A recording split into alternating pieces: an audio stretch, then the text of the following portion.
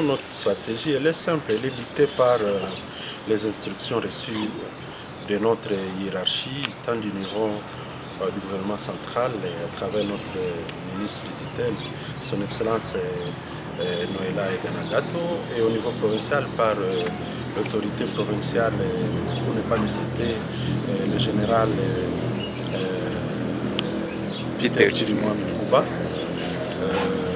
qui ont demandé à ce que tout l'appui que nous apportons aux jeunes puisse être orienté vers les jeunes les plus vulnérables.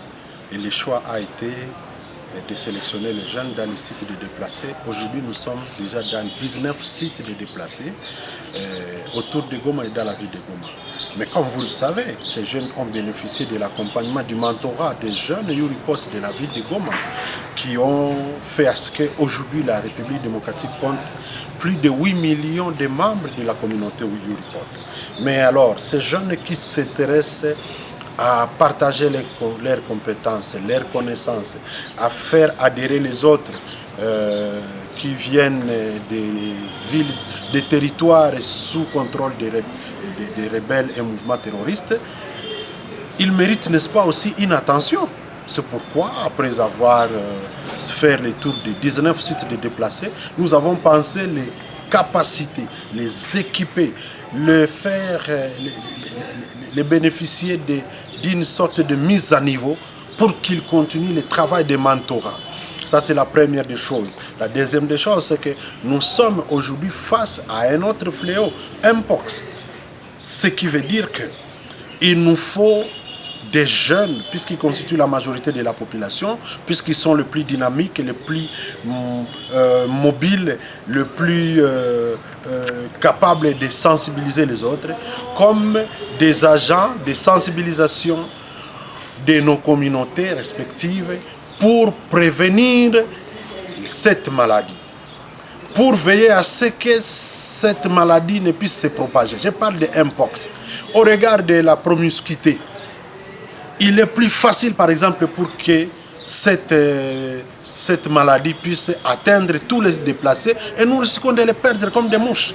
Voilà pourquoi nous avons pensé capaciter les jeunes Yuripot dans les différents sites de déplacés pour qu'ils rentrent sensibilisés en termes de U-Action dans leurs communautés respectives pour que tous les déplacés, quel que soit leur âge, qu'ils puissent adopter des attitudes responsables et au cas où il y a des cas suspects, eh bien ces jeunes ont suffisamment été outillés pour savoir qu'ils peuvent référer à des instances capables de prendre en charge des cas suspects. Voilà le travail que nous faisons et aujourd'hui c'est le tour des jeunes de la ville de Goma. Demain on va le faire avec les jeunes du territoire de Nyiragongo et après nous allons faire le travail avec les veilleurs du web pour qu'en tant que blogueurs, ils nous aident également, profitant de cette potentialité, de cet atout majeur qui est les réseaux sociaux, que les messages parviennent à toute la population parce que vous savez, surtout pour les jeunes, ils sont pour la plupart sur les réseaux sociaux. Et donc si nous y faisons passer des bons messages, des messages de prévention, des messages de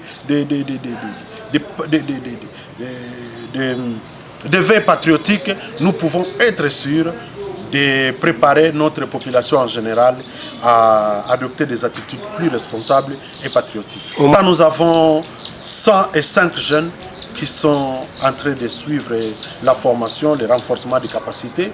On en fera autant pour demain, 105 jeunes. Vous savez qu'aujourd'hui, nous avons touché de manière directe plus ou moins 2000 jeunes déplacés de guerre qui sont bénéficiaires de notre action en tant que division de la jeunesse et vie patriotique, avec l'appui et l'accompagnement technique et financier du Fonds des Nations Unies pour l'enfance, l'UNICEF RDC. Merci beaucoup. C'est moi qui vous remercie.